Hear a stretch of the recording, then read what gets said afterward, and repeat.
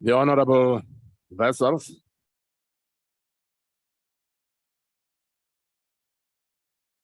Order, honorable members. Thank you, Honourable Chairperson. Chairperson, the Honourable Chairperson of the Appropriation Committee, Honourable Buthelezi, said just now that South Africa has enough for everybody in the country to share.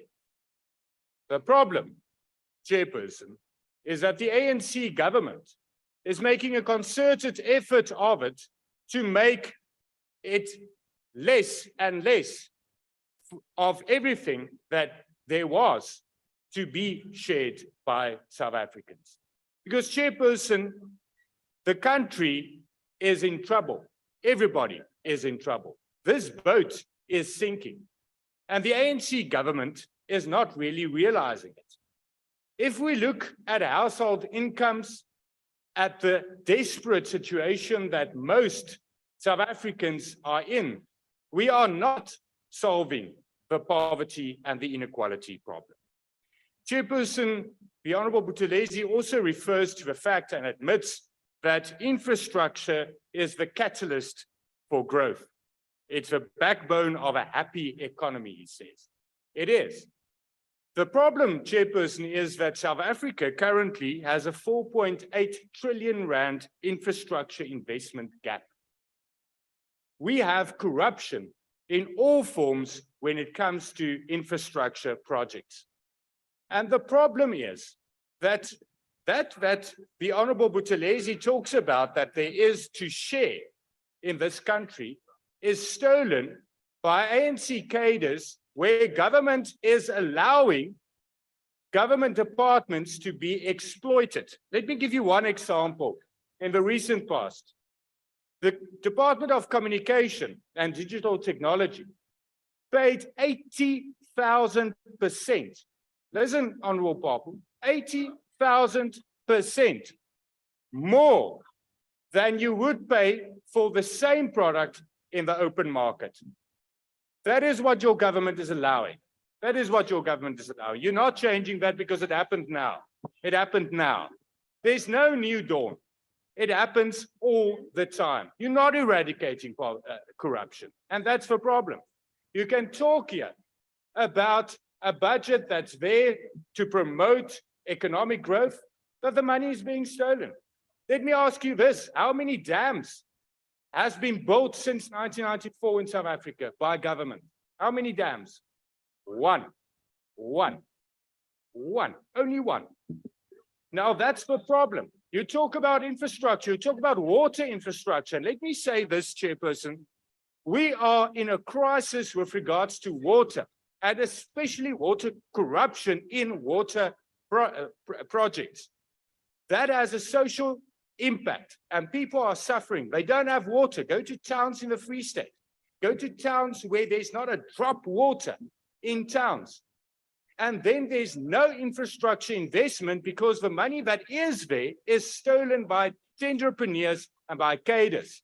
Because the only thing that the ANC government prioritizes is talking about the past and racial rhetoric for your election campaign. Because you can't promise the people of South Africa anything because you haven't delivered anything. So the only thing you can do for your 2024 election campaign is once again talk about apartheid and talk about the past. Your minds are behind bars because you're not actually talking about what is necessary to address the inadequacies faced by South Africans. When we talk about Eskom, you ruined Eskom. You managed Thank you very much, honourable member. Monopoly and make it bankrupt, and that is your legacy. Thank you very much. South Africa are suffering because Honourable of the ANC government. I thank you. The Honourable Sheikh.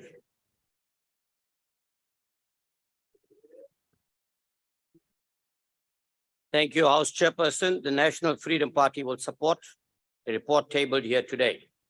Let me start off, first of all, by congratulating the Democratic Alliance for the quality of municipalities that you govern in the latest report that has been released.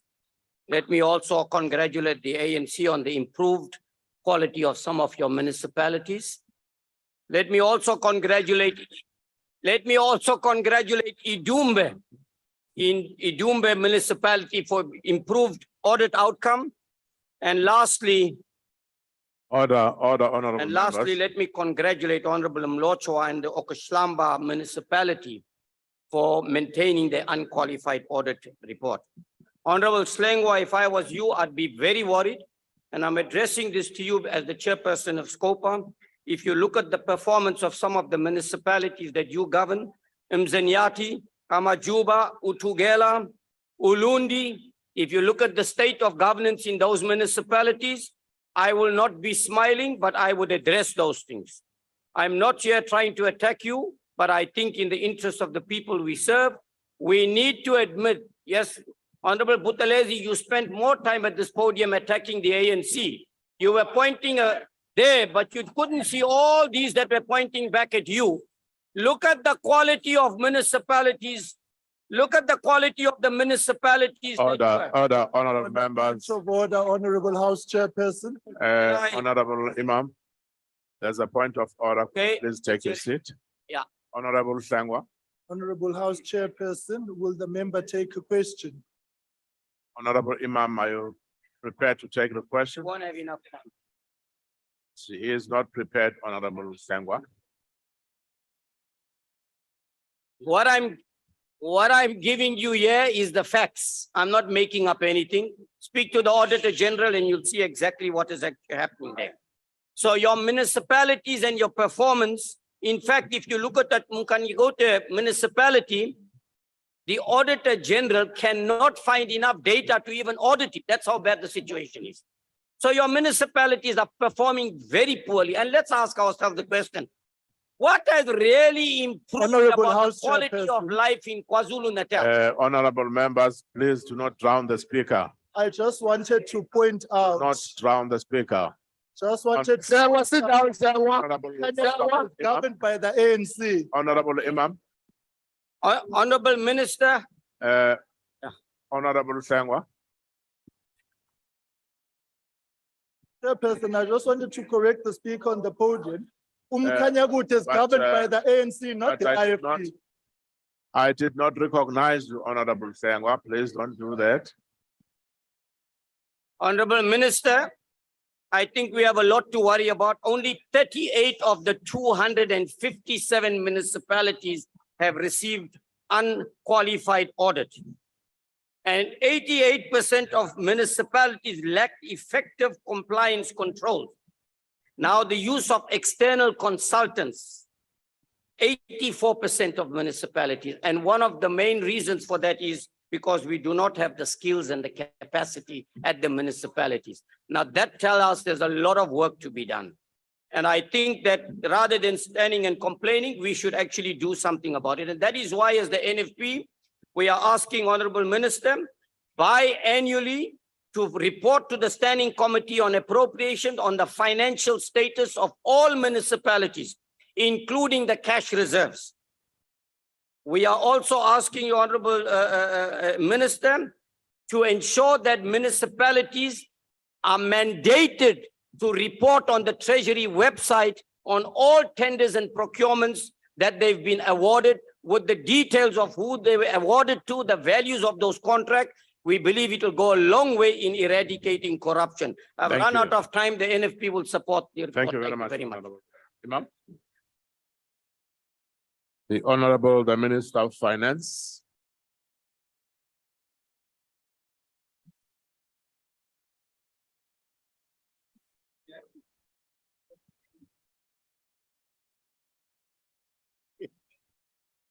Sihlalo yalendlu yowiso mthetho bandikhahlele wena kuqala njeya yokukhahlela damkele nokrila kwela cala uthangana ndiyakusizela qha Thangana uyawufunda imikhuba ongayaziyo somdala.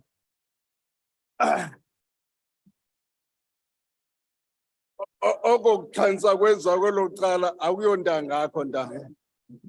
Ufunda ezo zinto ke somdala ndiyakusizela. Honorable Nhlangwini wathetha into namhlanje okokuqala right. Okokuqala wathetha into right namhlanje. Ithini ke le nto ayithetha? Uyithi oluhlahlo lwabiwo mali ayo mali ka-treasury, imali yabantu baseMzantsi Afrika. Umsebenzi wethu ukuthi ebantwini nakule ndlu yowiso-mthetho urhulumente olawulayo iziphakamiso azibeka phambi kwele ndlu yombutho wale ndlu zithini na. Ibe yile ndlu ke ezihlalutyayo. Belendlu ezihlalutyayo. Senza loo nto ke namhlanje.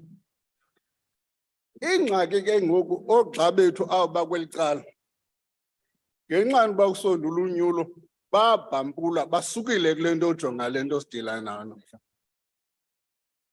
Abaxoxile imali esinayo apha phambi kwethu yokuba siyabe kanjani na, bayakhankasa. Into enzima ke ngoku le. Ingxoxo ke ngoku ingabi intle.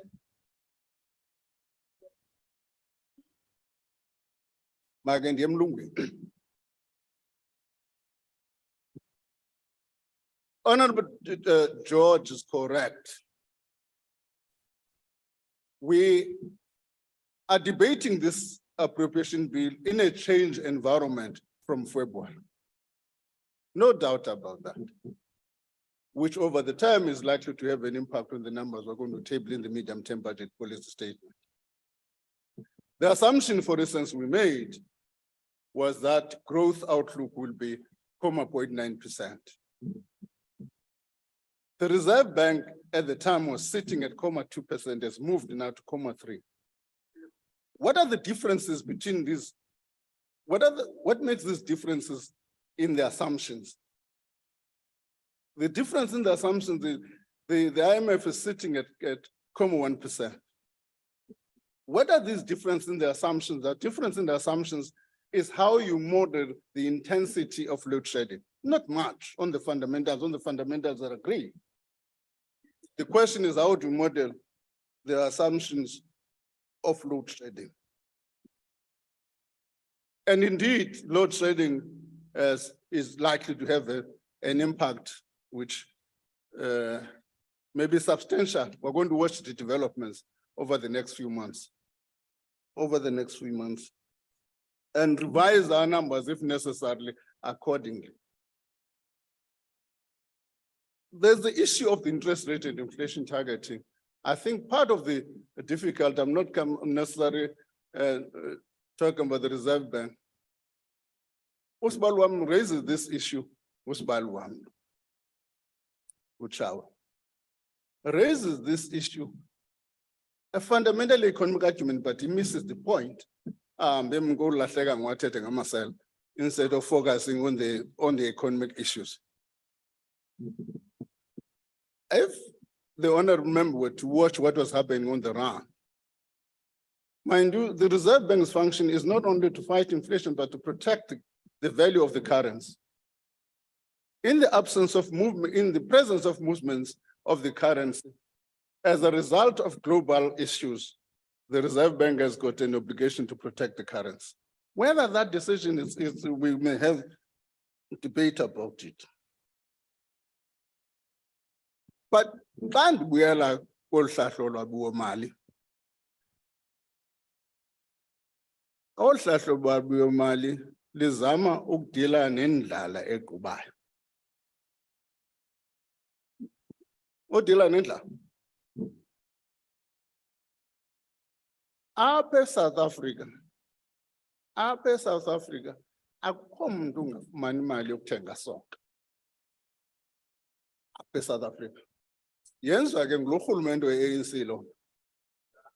Akukho mntu apha eSouth Africa ongenamali yakuthenga sonka atye. Not eSouth Africa. Ngaphandle uphila kwelinye ilizwe. We have about 40 billion rand, which is looking at SRD. 25 billion rand looking at the extended public works programs. About another 10 billion rand, which is looking at the public employment program. Round that up is about 70 billion rand. That is in addition to other 70 billion rand, which look at indigent policies. That takes it to 140 billion rand, subsidizing the poor.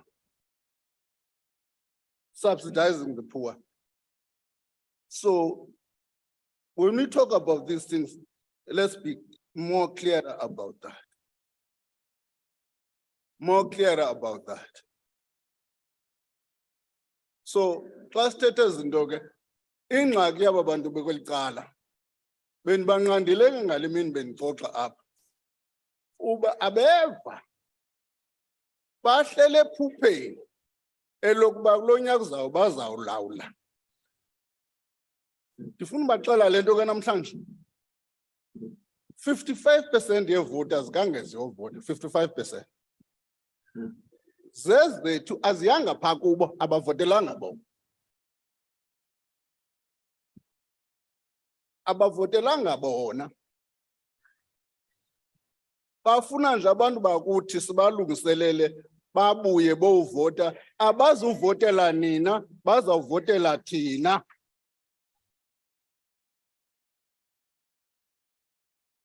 Diphinda ngixelela kenye into kukho abanye benu abathi mhlambe singangayifumani 50%.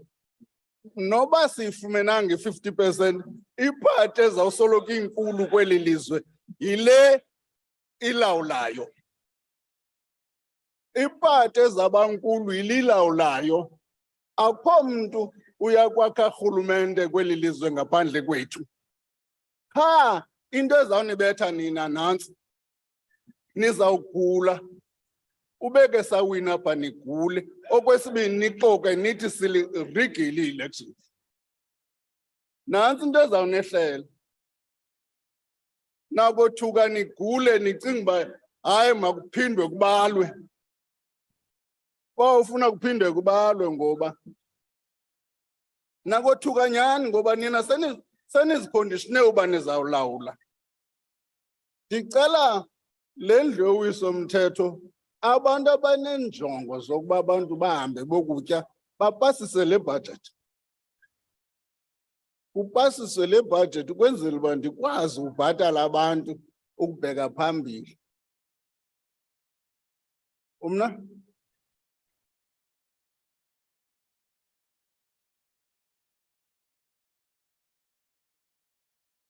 Order, honorable members.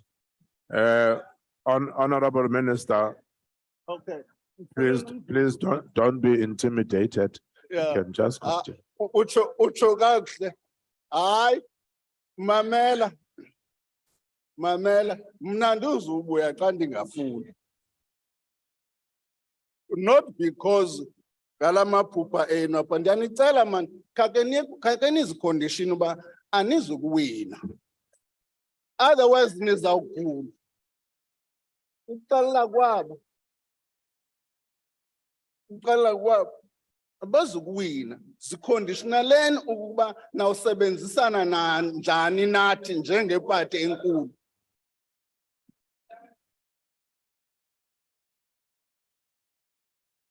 Mhlawumbe yehla bensabalungisa abahlali basemzantsi bafuna ukwazi inyani. Bye. Thank you.